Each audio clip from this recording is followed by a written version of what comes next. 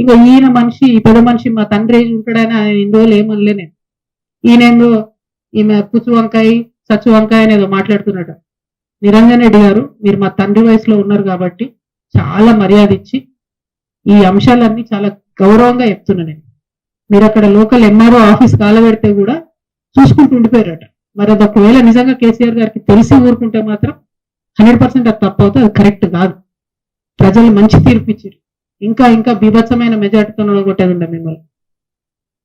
ఇంకొకసారి నా మీద ఎటువంటి తట్టు మాట్లాడితే తండ్రి వయసు అని కూడా చూడము, పిచ్చి పిచ్చిగా మాట్లాడితే పుచ్చలేసిపోతా చెప్తున్నాను. సిన్సియర్ గా సీరియస్ గా ప్రజల సమస్యల మీద మాట్లాడుకుంటూ తిరుగుతుంటే ఎందుకంత భయం అవుతుంది మీకు? మీరు అంత తెలివితేటలు ఉన్నోళ్ళైతే, అంత గొప్పోళ్ళు అయితే, కేసీఆర్ గారు మీకు వ్యవసాయ శాఖ మంత్రి ఇస్తే ఎంత పని చేయాలి కాన్స్టిట్యున్సీకి? ఇట్లా పీడించుకొని తింటారా? ప్రజల రక్తం తాగుతారా మీరు?